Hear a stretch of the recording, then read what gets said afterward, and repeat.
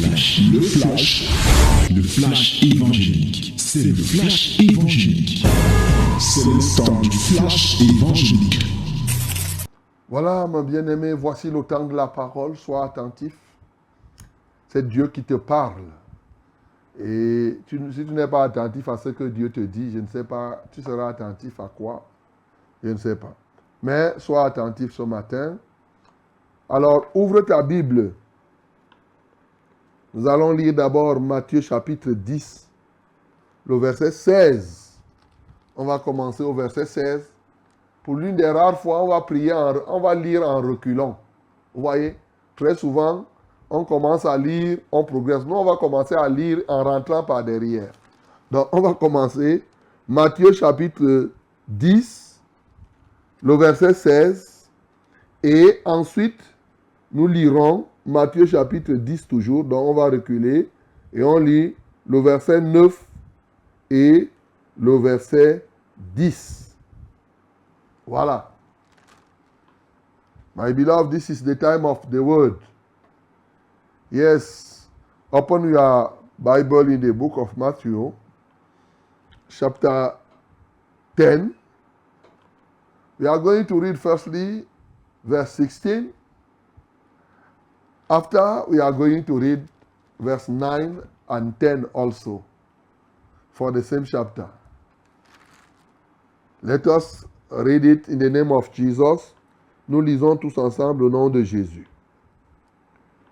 Voici, je vous envoie comme des brebis au milieu des loups. Soyez donc prudents comme les serpents et simples comme les colombes. Versets 9 et 10. Ne prenez ni or, ni argent, ni monnaie dans vos ceintures, ni sac pour le voyage, ni deux tuniques, ni souliers, ni bâton, car l'oublié mérite sa nourriture. Nous relisons encore. Voici, je vous envoie comme des brebis au milieu des loups. Soyez donc prudents comme des serpents et simples comme des colombes. Ne prenez ni or, ni argent, ni monnaie dans vos ceintures, ni sac pour le voyage, ni de tunique, ni souliers, ni bâton, car l'ouvrier mérite sa nourriture. Voilà des versets bibliques, bien-aimés, qui nous interpellent ce matin. Ce matin, je veux t'amener, oui, à porter des fruits, à jouir de ta victoire en dépit de l'hostilité, malgré tous les obstacles qui existent. Porter des fruits qui demeurent dans un environnement hostile. Voilà. Durant toute cette semaine, je vais te parler de cela. Voyez, depuis la semaine dernière, on t'a parlé des livres de Galates et des livres d'Éphésiens. On a pris 8 semaines pour cela. Avant ça, on t'a parlé depuis janvier de toutes les familles et bien entendu la libération de ces familles pour que celles-ci puissent venir au Seigneur. Maintenant, je veux t'amener à jouir de tes trésors, de tes promesses, de ce que Dieu t'a donné, la victoire, de porter des fruits malgré l'hostilité. Bien-aimé, quand Jésus parle, ici c'est lui-même qui parle. Il a choisi des apôtres. Bien-aimé, ces gars-là, quand on regarde, le premier problème que ces gars devraient même avoir était là. C'était, si ça devait être un problème, Jésus décide de les envoyer, alors que c'est des gens qui ne sont même pas vieux dans la foi. C'est à peine des gens qui ont déjà fait presque 2 ans, environ 2 ans de foi, puisque Jésus lui-même a fait à peine 3 ans et demi avec eux. Donc, vous voyez que Ici, il est pratiquement à sa deuxième, même si c'était à la troisième année. Toi, tu as déjà fait combien d'années dans la foi? Tu dis que tu es dans la foi. Voilà le premier obstacle qui devrait être lié même à ce qu'ils sont. Ils viennent d'être engagés dans la foi. Mais surtout, Jésus vient leur dire que de sa propre bouche, je vous envoie comme des moutons, des petits moutons, des brebis, parlons ça simplement, au milieu des loups. Est-ce que le mouton et le loup sont des amis? Nous-mêmes, nous savons que le loup est tellement féroce. Et quand on dit au milieu des loups, ici, il parle clairement de deux facteurs. Les loups sont encore plus féroces quand ils sont nombreux et en groupe. C'est-à-dire que même en exergue, qu'il y aura un groupe de loups ensemble. Et donc des loups féroces. C'est-à-dire que les ennemis, pour empêcher que tu ne portes des fruits, ne serait-ce que pour cela, vont se mettre ensemble. Même ne serait-ce que pour t'empêcher, quitte à ce que quand ils t'ont empêché, ils redeviennent des ennemis. Vous savez, les ennemis s'associent pour contrarier un autre ennemi qui leur est commun, même si après ils commencent à se battre. Et si toi, le seul salut, pas le seul, l'un des éléments qui met ici, je vous envoie comme des brebis, c'est bien que nous soyons des brebis. Quelque part, il fait appel aussi à un facteur d'unité qui devrait être là pour pouvoir s'en sortir. Mais la réalité, c'est qu'il met en exergue la forte opposition, la forte hostilité qu'il y a à faire l'œuvre de Dieu. Comment les brebis devraient-elles prospérer, devraient-elles réussir là où il y a des loups ravisseurs? Bien-aimés, il est donc question ce matin de répondre à cette question. Comment porter des fruits qui demeurent dans un environnement aussi hostile que celui que nous avons aujourd'hui dans le monde entier et même dans ce pays où nous nous trouvons. Dans chaque pays, c'est ça. Le monde est tellement hostile à la vérité que comment tu peux porter des fruits? C'est à cette question. La première chose, tu comprends que Jésus, en disant ça à ses disciples, mais il dit ça à ses disciples plus graves. Bien-aimés, il dit que je vous envoie au milieu des loups. Mais vous partez au milieu des loups, vous ne devez prendre ni l'argent, vraiment, ni or, ni monnaie. N'ayez même pas la ceinture. Et qui est pas de sac de voyage. N'ayez même pas de tunique, une seule. Partez pieds nus, sans souliers, partez sans bâton. Mon frère, ma soeur, quelqu'un commence à te dire que je t'envoie imaginons que je t'envoie là où il y a les fourmis magnans. Mais pour aller là-bas, va avec les pieds nus. Tu pars là-bas, tu ne prends rien. Et tu vas marcher au milieu des fourmis magnans. Il te donne les précisions, mais il te dit que va-t'en là-bas.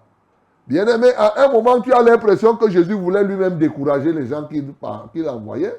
Parce que très souvent, ce qu'on aime faire, c'est de t'envoyer et on préfère que tu rencontres les difficultés sur le terrain.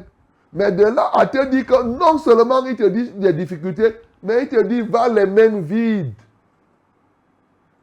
Les brebis n'ont même pas les cornes. Si c'était encore les béliers, on pouvait comprendre. Les brebis n'ont même pas les cornes pour se défendre.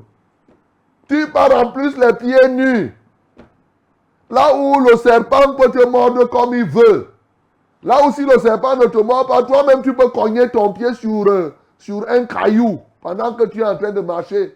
Ou tu peux monter sur une épine ou un tesson de ceci. Ou même le caillou, le petit caillou là, peut te piquer. Bien-aimé, moi j'ai marché pieds nus.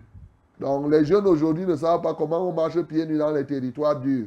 Moi je partais en brousse pieds nus. Donc je partais à la chasse pieds nus, là où vous me voyez. Donc c'est des choses que nous on connaît. Si tu pars en brousse les pieds nus, toi-même tu peux aller monter sur les épines. Oui.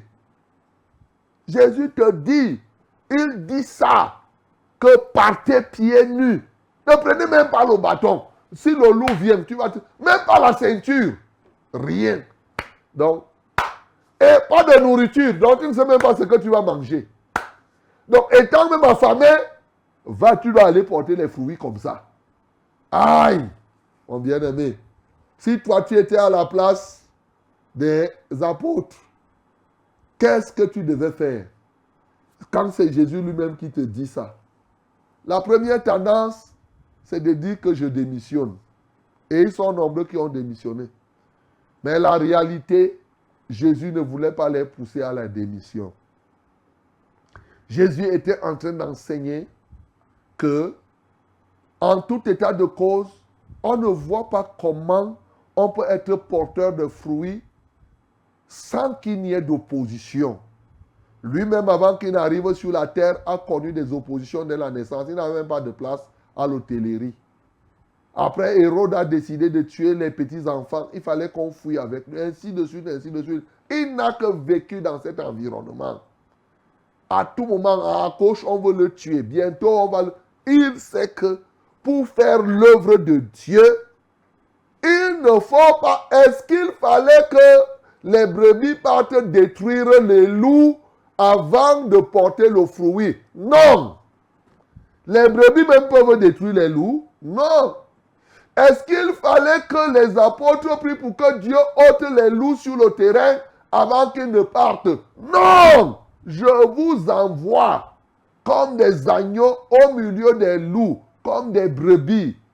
Vous allez faire l'œuvre de Dieu et porter des fruits en présence des loups.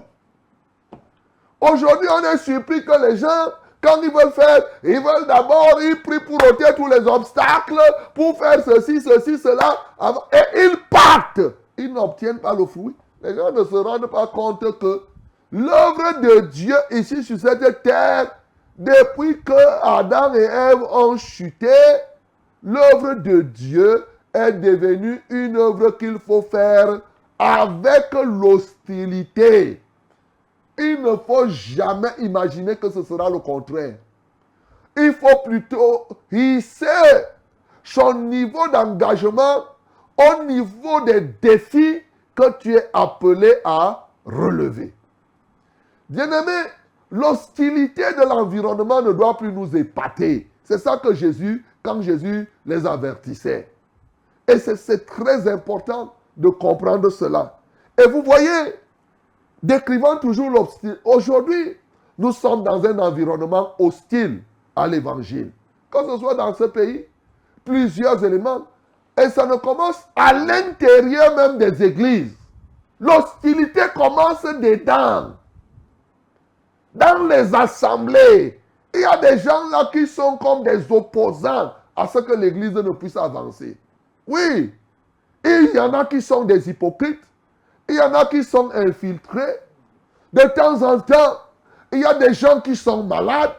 Et quand vous priez, la maladie ne part pas. Et souvent, c'est ça. Voilà l'hostilité. Tu pries. Les gens sont malades, vous priez. La maladie ne part pas. La tendance est de que, moi je vais alors prier comment dehors. J'ai prié pour l'autre. Tu ne comprends pas que les loups ont même commencé dedans. Ça peut être les deuils qui sont là.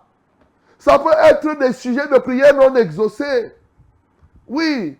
Ça peut être effectivement tous les cas, le célibat. Tu es là depuis, tu pries. Les gens se moquent de toi.